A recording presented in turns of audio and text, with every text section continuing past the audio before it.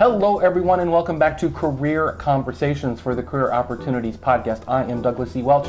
This is our interview series where we introduce you to new places, new thoughts, new people, and basically give you an idea of careers you may never have heard of before or don't have a great understanding of. My guest today is Andrea McClain. Hello. From M Street Coffee, our local coffee bar, my favorite coffee bar, actually, not that I get there often enough. And we're going to talk today a little bit about being an entrepreneur, about starting a retail business, and everything that kind of goes with it. So welcome, Andrea. Okay, thank you. So why don't you tell us a little bit about yourself and a little bit about what is M Street Coffee? Well, I'm Andrea McClain, the owner of M Street Coffee, and we opened in 2008 of January, so we're 5 years in our 6th year of business now. And this is my very first business that I've had, and I've helped manage other businesses and helped other people get their businesses off the ground, but this was my first crack at it. So were they also retail related They businesses? were retail related, even a coffee shop, yoga studio, art gallery combo, a flower shop in Boston, a retail shop out there, so kind of across the board, but mostly retail. When did you move to California? In 2003, so okay. 10 years ago. Okay. Yeah. So what led you to open a coffee bar? We know how popular they are. We know the competitors that are out there. Yeah. But this is an independent shop. So what led you to opening a coffee bar? I would have to say my passion for coffee and my love for coffee, and maybe not finding exactly what I wanted, especially in this area, I guess, and in the valley, and it would just fire me up, and I would think, you know, I can do this, and then it's sort of one thing led to another, and you know, I'd always wanted to own my own business, and I'd always had a passion for coffee, but in my mind I'd never put them together. And one day that sort of dawned on me, almost even after the fact of having the coffee shop, you know. It's So like, sort of- oh, right, yes. So sort of like a lot of reasons that businesses get created. You were solving your own problem. Yes. You had something you wanted to enjoy, you wanted to do, and you figured, well, one of the ways of doing that is to start it myself. Yes, after, developing that passion and traveling abroad and tasting, you know, good espresso for the first time and wanting to recreate that. Yeah, having visited Sicily to visit my wife's family, that was a real eye-opener because it's like, oh, this is real coffee prepared by people who really know how to prepare it. Yes. I think that's the important part of it. Yeah, in a it's lot of ways. eye-opening. So yeah, it is very eye-opening. And you know, here in the valley, the San Fernando Valley, we had quite a few independent coffee shops for a while, but then they all kind of went through a down period.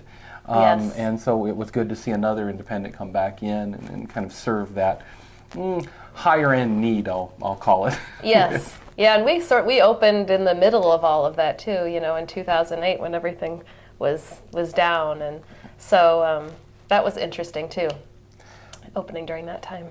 Well, that leads to a great question. What is is there something that you didn't know at the time you started that you're glad you didn't know? Well, I can think of a lot of things that I didn't know that I now know, and it's like...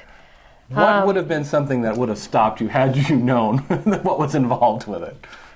All of the intricacies, like the different, the licensing and occupancy for all of these little things, you know, I kind of just jumped in and went for it. So, and I would just make decisions based on what I knew.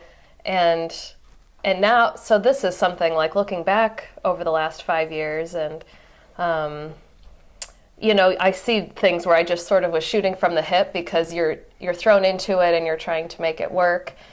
There was an instance where I had to do a remodel because of some of the licensing and handicap things that weren't quite right.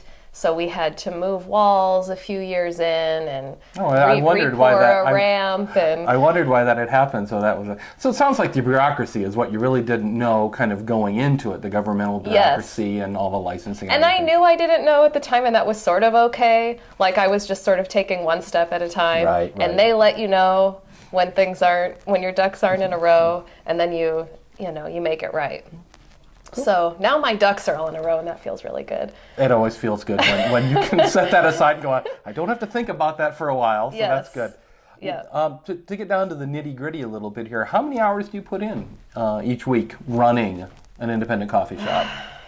It's funny that I think I calculated it once, and then I wanted to forget. And it's different now than it was, in the beginning. I would schedule myself behind the bar and do all the back end work. And that was a lot. That was, I don't know, maybe 60 hours or something. And now it's maybe half of that. Oh, really? So I would say. It's more than what you would think, but it's, I don't know, I spend 2 or 3 hours a day on emails and paying bills and catching up on things. And I still schedule myself in every once in a while because it's important for me to be there. Right. I think it's important to be behind the bar and know what, my employees are going through on a daily basis. So maybe, it's a lot less than it used to be. And that's sort of a recent thing. So, I don't know, 25, 30 hours. Oh, good. So, I think that's pretty common. Obviously, the ramp-up period, the startup period is the hardest part. Yes. Where you kind of feel you're doing everything on your own, both in front of the customer and behind in the back office and everything else. So that makes sense. Yeah. So now obviously you've moved more into kind of management roles and keeping everything going. And yes, yeah, that's sort of a new chapter, maybe in the last few months or so, is having a lot more time, and I've taken myself mostly off the schedule, like I said, and I get to do a lot of the back end stuff and thinking ahead and more creative work, which is nice. That's good to hear, because I think some people think that, once they get into a retail world, which is tough. Retail in any form, I think, is very, very tough to do. Yeah. Because it can suck up your life to a large extent. Yeah. But I think people sometimes can overestimate that a little bit. They see that initial effort that has to be put in. Yes. And, after 5 years now, it's good to come back and talk to you again. I actually did an interview with Andrea back in the first year. Yeah. And that came up recently in my feed of items that I look at, and I was like, oh, let's talk to her again about this, because it is so important to see the pathway through something like this. Yes. Yeah. You talked about, obviously, not being able to not schedule yourself behind the counter as much. Let's talk a little bit about personnel issues, because I know for me, that's one of the things that concepts that frightens the living daylights out of me is managing people. I work for myself poorly. That's the way I describe it. Yeah. Can you tell us a little bit about your experiences managing personnel, finding people to work at the bar, managing that? Yeah, that's a good one. And I found my best employees have come to me on their own accord when I'm not seeking out somebody. When somebody wants a job at M Street Coffee and they seek that out, or word of mouth, that's when I found my employees who stick. And I'm blessed to have awesome employees, as you know a lot of them. I do know a lot of them. And they've been with me for a long time. I mean, some of them, like Kate, for the last 5 years from the beginning.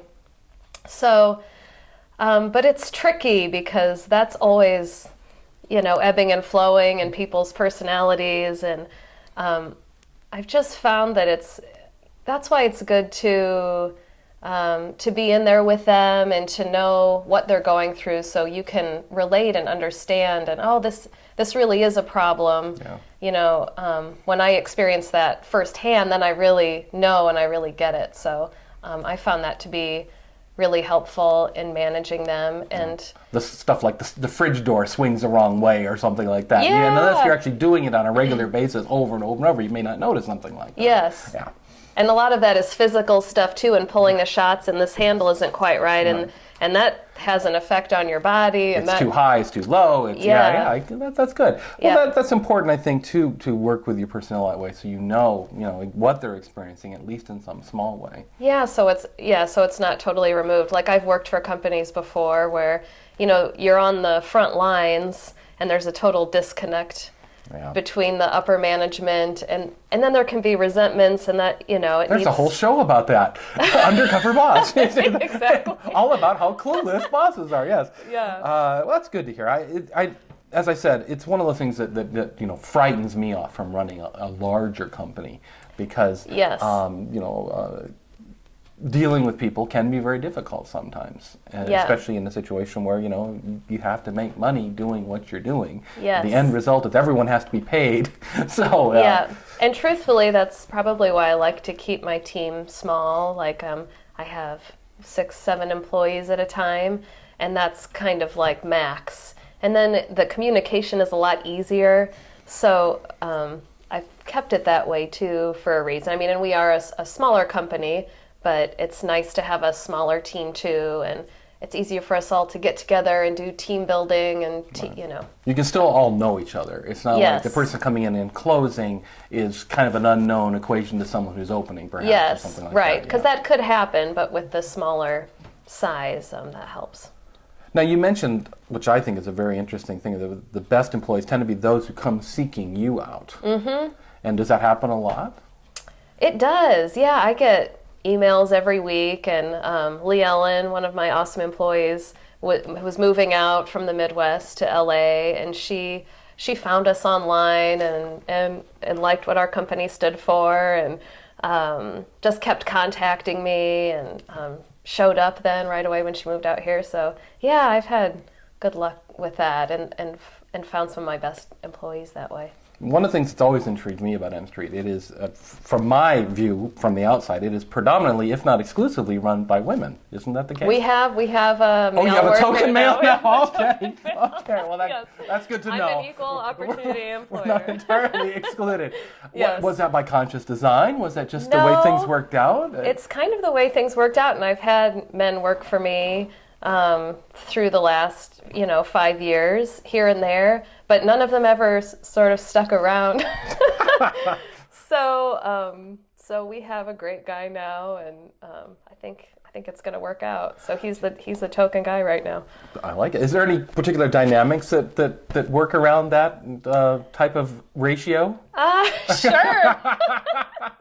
Yeah, with all the females back there. But I do have to say, it doesn't get, like you might stereotypically think that girls can get catty or, that kind of thing, or talk behind somebody's back. It's really not like that at all. So there are no real stereotypes there. It's just sort of the way it's worked out. But Brandon gets teased quite a bit. Yeah. She's an honorary woman, Sappher, just to fit in there, I'm sure. Yeah. Let me ask you, what do you find to be the biggest misconception about opening a new business and running a new business, in fact? This is a good question. It's tough because, people make suggestions all the time, and you should do this and that, and so I'm speaking generally there, but I think, well, what do you do in your business? Or, I love suggestions and don't get, that sort of thing. But it takes a lot, even with a simple mission and a simple menu, it can become complicated. So I think that it's important to keep it simple, because it gets complicated no matter what. So when people suggest things or adding on or doing more, and so it sounds like they're thinking, you need a more complicated menu, you need more things to sell, you need more. Yeah. So that's kind of their misconception of what you're finding as well. You need less, really, and kind of hone it down. Yeah, I think so. I think that works better. Does that make sense? That makes sense, sure. Okay. To go back to this question again, what did you wish you did know when you started the business that you didn't know? What would have helped at the beginning? QuickBooks? Yes. As a computer geek and a fellow business person who runs his own business, yes, QuickBooks can be a lifesaver sometimes. It can be frustrating. Yes. But the thing I liked about QuickBooks, and let's see if this is the case for you, is it taught me bookkeeping. Yes, I didn't know bookkeeping. I'm in the middle of it, so I'm learning. I've had somebody do QuickBooks for me, And I learned a long time ago, but that was more in school when I didn't have anything to apply it to, and so that all goes out the window. So yeah, I'm learning. It's teaching me. It's very rigid about how it requires you to do things. Payments have to go against invoices, and everything has to match up. It's double entry bookkeeping. Yes. And that's what I found is by being so strict about it, it forced me to learn how to do it accurately and in the proper fashion. Yeah, and then but I turn be it all more over to an accountant at the end. But I do my day-to-day bookkeeping. You do? Yeah, that's good. Yeah, I would say QuickBooks. QuickBooks.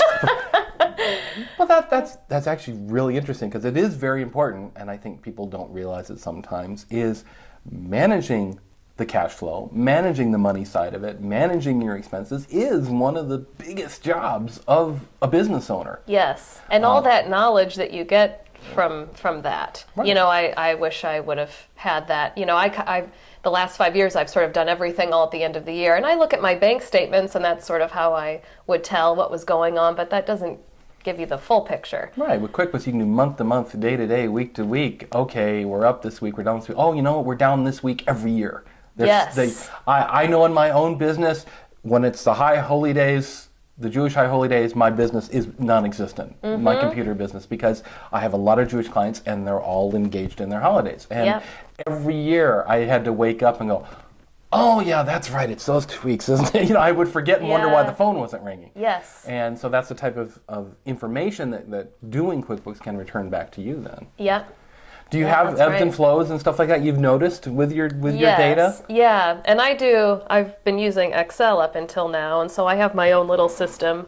So sure, the summers have their own personality, and the holidays, the Jewish holidays, really affect the business, and so there are ebbs and flows for sure, and they're consistent ebbs and flows. Yeah, you see them. Now. You see the patterns come back year after year. Yes. Well, that's something you get by doing it for 5 years now. Is you sort of built up a mass of data that you can look back on and you don't have a total freak out when where is everybody, and is this going to stick? You have these little worries, and so after 5 years you don't have to have a panic attack. Yeah, I've actually taken to putting stuff in my calendar just to remind myself as the date comes around. Oh, that's right. This week is notoriously this. That's great. With computer consulting, it's always the day after New Year's is your phone rings off the hook because everyone's gotten a new computer, a new laptop, or a new iPad, or something for Christmas, or a new gaming console, and they all need help, setting it up. Yes. So that's something you always prepare for. That's you don't a put good note to anything after the holidays. Yep. So tell us a little bit about your customer base. What are your customers like, and what do they say about M Street? What attracts them to M Street? Our customers, of course, it varies. We're in a residential area, so we have a lot of families, and we have a lot of creative types, a lot of screenwriters. A bit typical Hollywood in that regard. Yes, a lot of actors and screenwriters and stuff like that. Yeah. And people like that. Customers say they get inspired and they get a lot of work done because people, it's a creative space with the local artwork that we hang and the clientele. And, there's a lot of projects going on, but people always tell me, I get the most work done at M Street, and I don't exactly know why that is, but there is that element there. There's a respect for the people who are writing, and they can network with each other. And you see somebody writing, and you might not go over and bother them, or there's kind of a respect there. Yeah, I see that kind of that little dance that goes on. Basically, yes. I need another coffee, and that's the point. They get up and they'll socialize a little bit. And that's their time. They'll get a new cup, and then they'll sit back down, and then they'll settle back in again. Yeah. And like most coffee shops, of course, a lot of people do work there. There's this concept, I forget now off the top of my head who's the originator of the concept, but the concept of the third place. Yes. A place between work and home. Yes. And I know from my own writing career opportunities and other stuff, there are days when even though it's perfectly quiet here at the house in the home office, I need to get out. It's not like I even need to talk to people, I just need to be around people. Mm-hmm. That energy and a little buzz. Give a little more energy, a little more buzz from the coffee as well. and yeah, just engage in that. So I've been very happy to see the type of clients and type of customers you get in M Street, and it's always been a nice group of people and a very wide variety of people as well. Yep, yeah, that's true. It is different from some of the other places you might go in that you do have some of the families, because it is, you said, it is more a residential area. Yes, yep. Do you ever have a time when it's too busy? Is that possible for a business person to be too busy? It's interesting too with the Wi-Fi. We have a 2-hour limit. You make a purchase and you can get 2 more hours. Right. Which are pretty common. That's pretty standard. Yes. So you will have people, camped out on their laptops and all of that, and then sometimes. I find this more in the summer, and even though we're maybe not quite as busy in the summer, it feels like we are because it's so hot here that everybody crams inside. They don't all that outdoor patio. seating, doesn't get used. So at this point, we reach that every once in a while, but I still think there's creative ways we can use our outdoor space. It's nice that we have that. So we're every once in a while it maybe gets too busy, but I don't know. I'm not too worried about the too busy thing now. It's better too busy than too empty, I guess, right? Yeah. That's definitely where it comes. I mean, I sometimes walk in and go, "Ooh, is there even a place to sit?" And I can usually squeeze in somewhere. I must say, I actually like the little bar area you've added. That reminds me more of Italy and Sicily, having a little bar.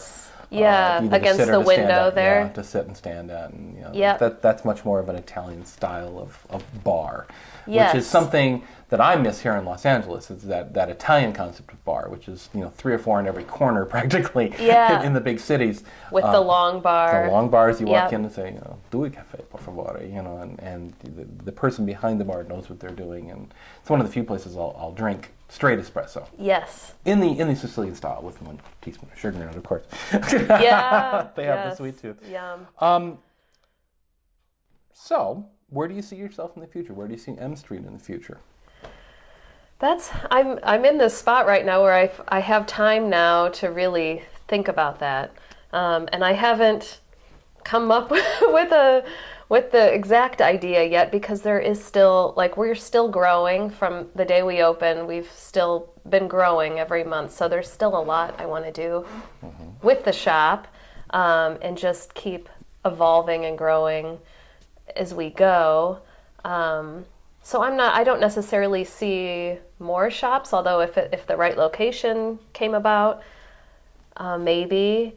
I see us evolving with the times in terms of even more milk alternatives. Yeah.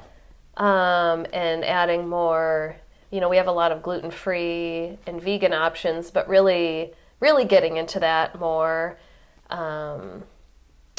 going even more organic. I try to do most things organic, but especially the milk thing, a lot of people are becoming lactose intolerant, and so sort of, evolving along those lines too. So there's a lot of growth still kind of within your individual shop. There's still a lot of opportunity for growth. There is. Even, we have almond milk and rice and soy, but there's coconut milk, and I just read an article today. Coconut milk is big now. That's the big thing now. I'm seeing it everywhere. Coconut milk with coconut oil.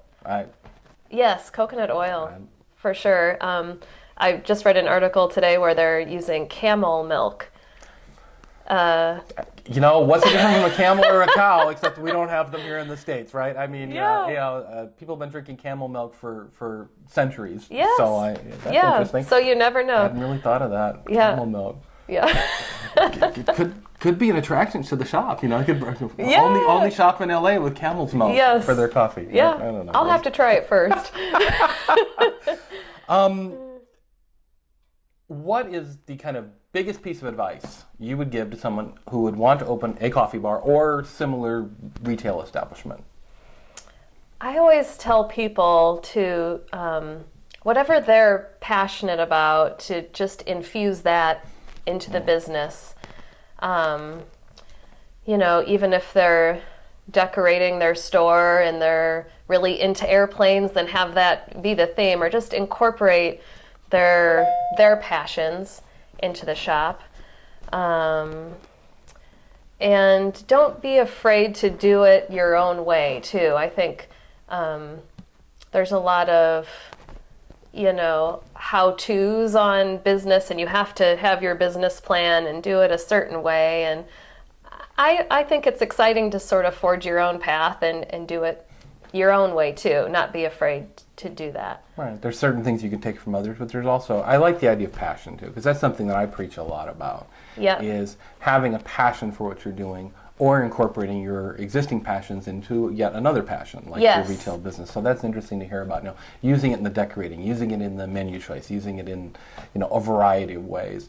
Yeah. For me, it always seems that if you're not passionate about something, you can probably do okay work, maybe even good work on occasion. But for me, I think if you really want to do great work or have a great business, there has to be some level of passion there. Yes. To drive you forward and to get you over the difficult periods, which we all have. Exactly. Yeah.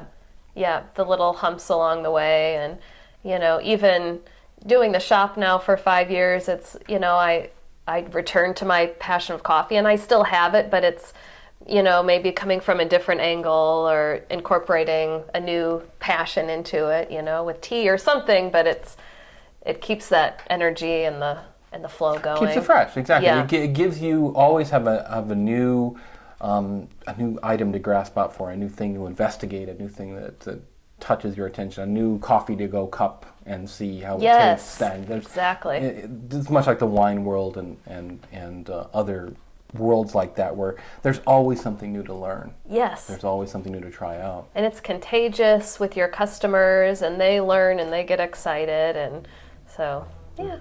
Cool. Yeah. Well, tell people where they can find out more about M Street Coffee. Well, we have a cool website. It's mstreetcoffee.com, and you can find us on Facebook and Twitter and Instagram, all under mstreetcoffee.com. And come visit the shop in Sherman Oaks on Moore Park. Yeah, Moore Park, near the corner of Moore Park and Fulton. So yep. If you're out this way, look me up. We'll head over and have a nice hot Americano over at M Street. Yeah. Thanks again, Andrea. Thank you. That's it for this episode of Career Conversations for Career Opportunities. For more information, you can always visit my website, douglasewelch.com. There you'll find information on career opportunities as well as everything else that I do. Until next time, I'm Douglas E. Welch. Keep building the career that you deserve.